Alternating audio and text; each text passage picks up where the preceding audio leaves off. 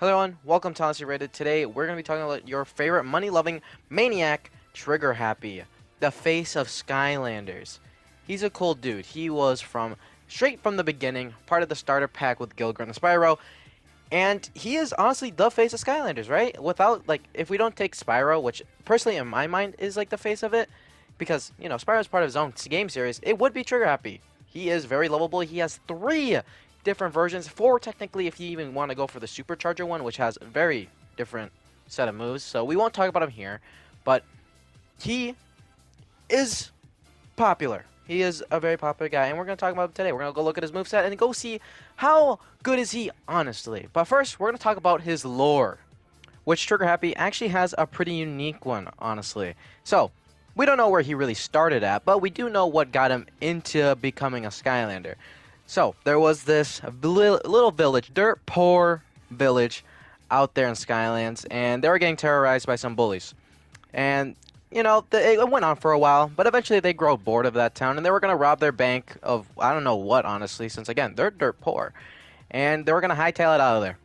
But Trigger Happy, coming out of fucking thin air, started blasting. That's what he's known for. He doesn't think first, he starts blasting first. And he was able to take him out. But since he's shooting, straight gold, he was able to make the whole townspeople rich. And they were happy. They loved him, and he became an instant legend. And, Mr. Eon himself got ears everywhere. Eventually found Trigger Happy and recruited him to be on the team. So, that's how Trigger Happy got to become one of, again, the popular Skylanders in the game series. Last thing I also want to say is that if you have a Skylander that you want to recommend, leave it in the comments. And also like other people's Skylanders you also might want to see videos on, because I do pick off the comments, either from my own amusement, just to see how the character can play, and also off of you guys. So, like anything. And that's all I got to say. So, let's get straight into his moveset. First up is going to be Golden Pistols and Lob Golden Safe. Just as they sound, they're 2 range moves, and Trigger Happy is a range character, if you could guess. These 2 moves, again, both are range. One does slightly lower damage, which is his pistol, but can be fired faster, while his safe comes out slower, hits a larger area, and does more damage. Pretty simple in concept. The only thing that I can say is unique about this is that the pistols fire based off how fast you shoot. So if you really have a trigger finger, you can go fast with Trigger Happy, but the damage output's nice if you do have really fast fingers and can shoot really fast and stay consistent with that. You can smoke down enemies pretty quickly in the beginning of the game. So first 2 moves, pretty standard, pretty nice, nothing bad to say about any of them. First thing we can buy is Golden Supercharge, which I honestly don't really like, and I'll tell you why. So Golden Supercharge allows us to hold down our primary move and do a nice little thick coin attack at whoever gets hit, right? And it does 43 damage at level 12. Now, I want you to take consideration for everything else I can do, right? I'm hitting 11 damage just for my primary attack itself. Now, even though the little gold coin doesn't take a long time to charge up, it does slow you down, and Trigger Happy is really not as fast as I honestly thought he was, and he does get hit a lot. And if you do get hit with this move, it'll stop the attack. So, if I had to pick a choice of getting hit, right? Either just spamming my primary attack and just doing 11 damage that won't get stopped, or charging up an attack and accidentally getting hit and not being able to fire that attack, I'm going to go with my primary. And even the safe I also find to have more of a use. Even though the safe has a longer downtime, if there's a lot of enemies, it'll hit most of them, and it does 30. It's only missing out on 10 damage. And then you can instantly follow it up with just some shooting, right? You can just follow up with some average shots. So, yeah. For right now, the move, at its basic form, not very beneficial, but there are some upgrades in the future that maybe will make it a little better. So let's continue on and see if that's the fact. Now for the next 2 up, we have Pot of Gold and Golden Mega Charge. Now the reason I'm putting these 2 together is because they're both damage upgrades. One for the charge that we just learned, and for the Pot of Gold, or for our safe that we've been lobbing. Now we'll start with the charge just because we were just talking about that. And now we can go up 1 extra level. Now if you want to know if you hit that level, it's going to turn into this orangish red color. And when you shoot it, if you do hit the enemy, it's going to hit for 100 damage, or 134 if you hit a crit at level 14. And now I'm finding it a little bit more worth it. Now you do go slower, and that's not beneficial, but let's put ourselves in a different situation than just the battle arena.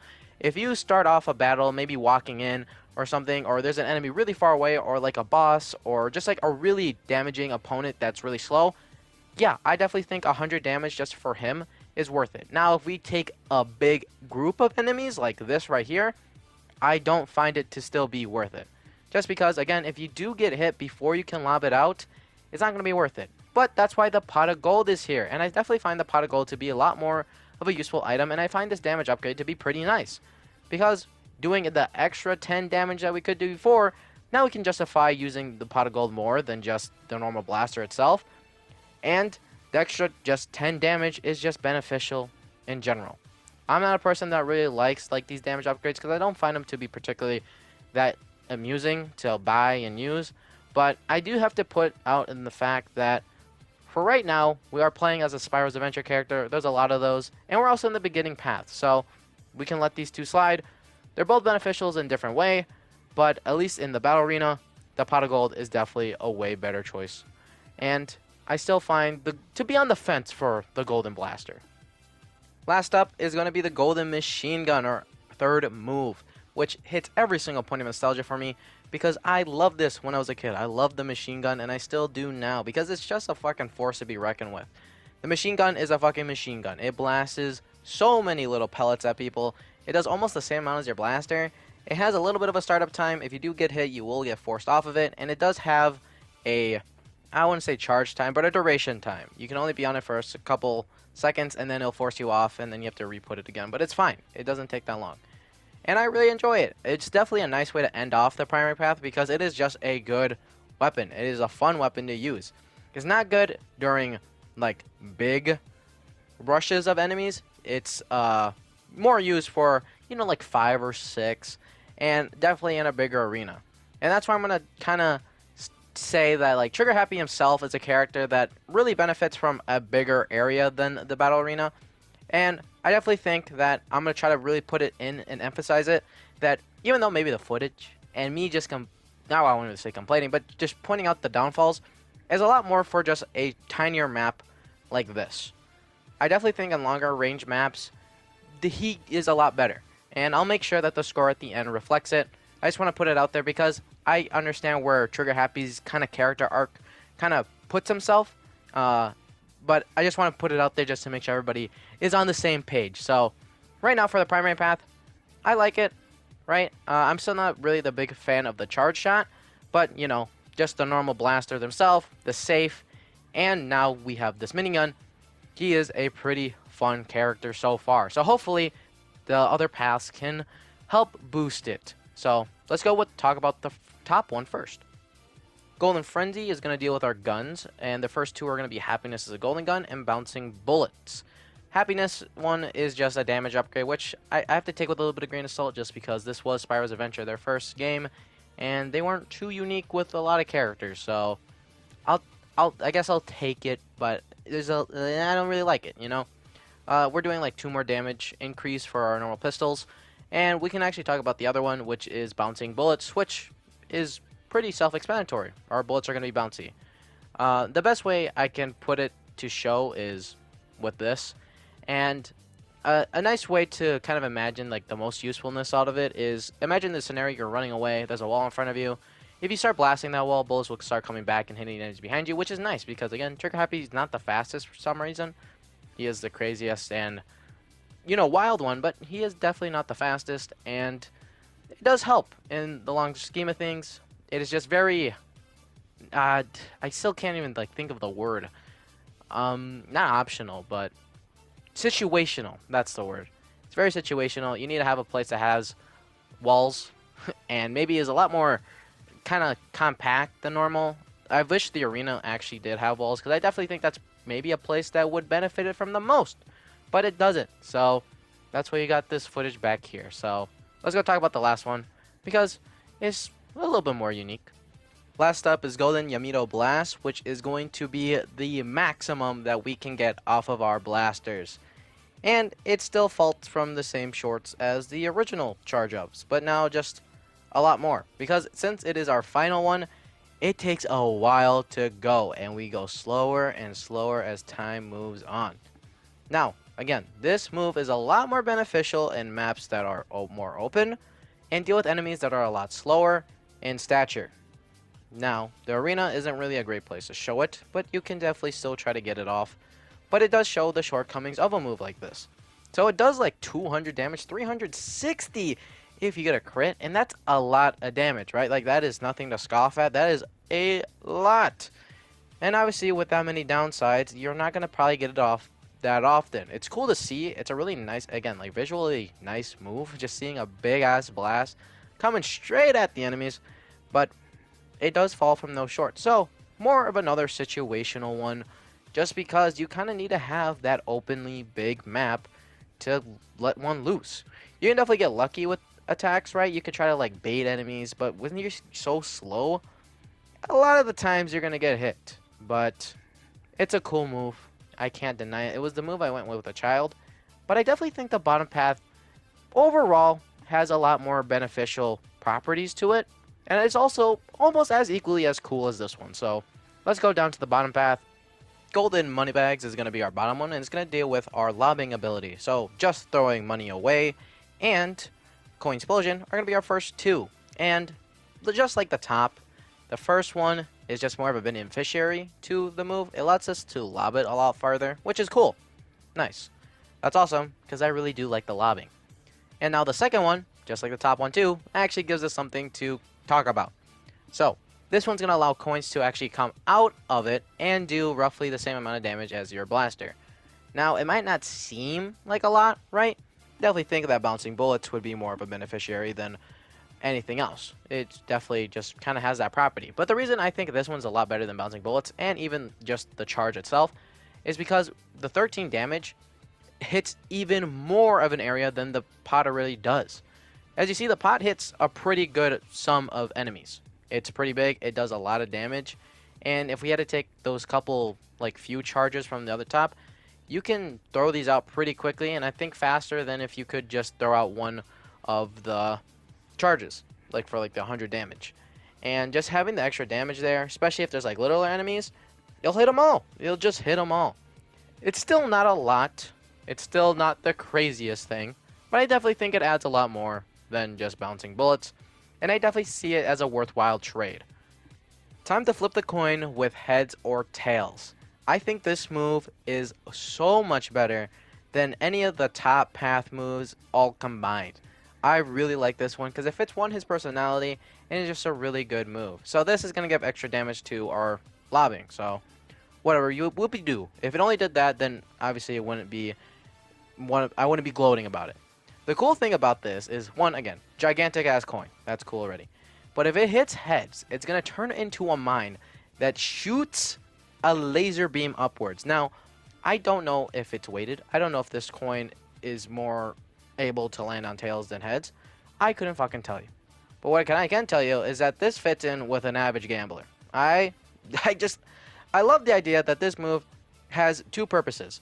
And you always want it to land on heads, right? Like, you always want that laser beam, that mind personality of it to go off. It does like 66 damage, and it smokes enemies too. Like, throwing it out is so good. And even if you don't get that extra beam, just it itself, just doing that much damage, 66, is super good to a large array of enemies. Yeah, they're cooked. And if you do get the mind property of it, which if you do miss an enemy and it does hit tails, it will just sit there until you guide an enemy towards it. It's so good. It is amazing, and I love the little visuals on it. Like, look at that. Look at the little trigger happen on the coin. It's super cool, and it's super good as a move. I like it. It's the main reason why I honestly find the bottom path to be a lot better. But it's all up to people's, you know, if you really like the top one, if you like the charge, go for it. But I definitely think the damage output here just is a lot better than the top. But now we have to go on to the soul gems. So let's head on over because we have 3 to talk about because of there being multiple series of Trigger Happy. For our Series 1 Trigger Happy, we have infinite ammo, which is what a kid's dream could be. It allows us to just infinitely shoot our minigun. That's it. Our minigun will never go away as long as we never get hit or we don't stop it ourselves. And that is a good-ass fucking upgrade. It is an amazingly fun upgrade. Again, in the arena, it's not as good because everything's so nicely packed together. But I have vividly remembered myself. I have played Trigger Happy a bunch. There are so many. Eventually, I had to play them all. And yeah, it is just fun to just sit there right where the entrances of any battle section and just firing, just plopping one of these down and just firing as fast as you can. This move, same with goes with Lob, does push back enemies. And if you just keep pushing back an enemy, which it stops eventually, right? But as much damage as you're doing, look at it. They are getting smoked so fast. And now, since you don't have to put the damn thing away, you can just keep going. So, yeah, for the Soul Gem, it fits. It's powerful. It's fun. It's not like super crazy, but hey, it's exactly what you asked for. Just having infinite ammo, just being able to never run out. And Series 2 allows us to add even more to that with Mega Blast. Mega Blast is also adding onto our turret, and the thing it allows us to do now is that every time we press square, we're going to shoot out a purple beam. And this beam, I won't lie, is pretty hard to control. It goes fast as fuck. And you can just spin with it, bro. You can look at that. It is insanely quick to just go around. It does 37 damage to anything it hits. And it's not bad, right? Like, you still get to keep your infinite ammo. If you're not going to get hit, you can keep spamming the button over and over and over again. It is a fun thing to use. Look at that. Just bang, bang, bang, bang. And it doesn't feel like it interferes. The only problem with it is just you have to press square with it. So if you know a PlayStation controller, triangle is the top button and square and circle are the two buttons beside it. So you have to kind of angle, you have to put your thumb between the two buttons. So yeah, it's fine. It's cool. I like it. And it just adds on to the turret. It's a fun thing. And I like it. And even the figure itself, might I add, cool ass figure. I like this one the most. But we still obviously have our Swap Force one, so let's go take a look at him, which actually doesn't deal with our turret. Last up for our Series 3, we have Rocket Ride. And honestly, I kind of wish it dealt with the turret. So, Rocket Ride is a weirdly positioned move where you have to hold down your primary for the charge, then you have to press circle, and then you have to wait for it to charge, and you will launch off on a rocket flying towards your next enemy. If you get hit before you hit an enemy with it, well, you get pushed off. And I don't really like it. For a Soul Gem, I find it kind of bad because, one, you have to actually kind of get close to an enemy. Unlike the charge itself, right? You can stay really far away, charge a shot, blast somebody, and if you have the top path, you're blasting them with a whole ass fucking Kamehameha. But this one, you have to stay kind of close because you're going to ride this rocket down towards your enemy. And if they do hit you beforehand with like a projectile or something, you'll get off. Now, if you miss, you will kind of like throw it out, right? Like you can throw it out, but it doesn't really do much. And you can hit people while you're like riding into them, but it's just like I don't want to wait that long. If it was like an instant thing, so if I press both, if I just had to charge it up and then press my next button and then go straight at him, sure, yeah, I think that would have been pretty fun. If it was just like an instant launch, 1, 2, 3, bam, boom, but it's not, and it kind of suffers for it. I really don't like it. It doesn't really do much. Even the damage output, right? Like we're doing 84 per hit, which is okay, cool. And then the initial, like the last blast of it, does 42. Nah, I don't know, man. I'd rather just throw out more coins at people, or buckets, whatever you still got. And I think they're just kind of a downgrade from what the original 2 had, because the miniguns is super fun. So definitely, I think honestly lower. If I had to put them in like a little tier list, it would be S3, S1, S2, just because S2 adds on to S1. So yeah, that's it. But we have finally looked at everything, so let's go give him a proper rating on Honestly Rated. And for his rating, I'm going to give him a 3 out of 5. Nice mid-tier. Reason I'm going to give him a nice mid-tier is because I think he's a very situational character that benefits from a more open and long-range area than a short, stubby area like the arena. And that's why I did say in the middle of the video that I was going to put that into consideration, because it's what was going to come out of my ranking. I like him. I like him a lot. Does he kind of suck in the arena? Yes, because it's really short and stubby comparatively to other, conventional levels where they're a lot more open, a lot more big. So I'm going to give him a 3. I say his downsides are, again, he's not really that fast. He kind of stinks up close, like more than the average range would. And for his pros, it's him. Like, it's him. He has a really fun everything. Lobbing shit, shooting shit even faster, you know? His soul gems are pretty good, except for S3. I think S3 kind of stinks. But because I really just don't think the charge really does anything for me. I find it more of a detriment than a benefit, and I guess you can put that in detriments. So, yeah. Leave down who you want to see next and like other people's, because if there is a big demand, I will make that my next one. Shout out to the person that kept commenting it. I was gonna make it go longer, but honestly, I really just wanted to do Trigger Happy because I know that he's a cool character, and I'm pretty sure I've seen some in the past that also said Trigger Happy. So glad to see him here now. So yeah, hopefully this all went well because I was kind of fucking up on things. So I'm hoping this all rolled through. And the last thing I need to say is subscribe, please. I don't say it enough, and if you do, it'll make me happy, even happier than I am right now. And I'm hoping to get more on track with the 2-day schedule. I don't know, I've been a bit of a slog, but today I've been feeling peppy. I've been feeling happy. I've been feeling motivated. For what reason? I don't fucking know. But I'm gonna try to get back into things. So, hooray! Hope you guys have a great day. And I hope to see you in the next one. I really do mean it. Peace.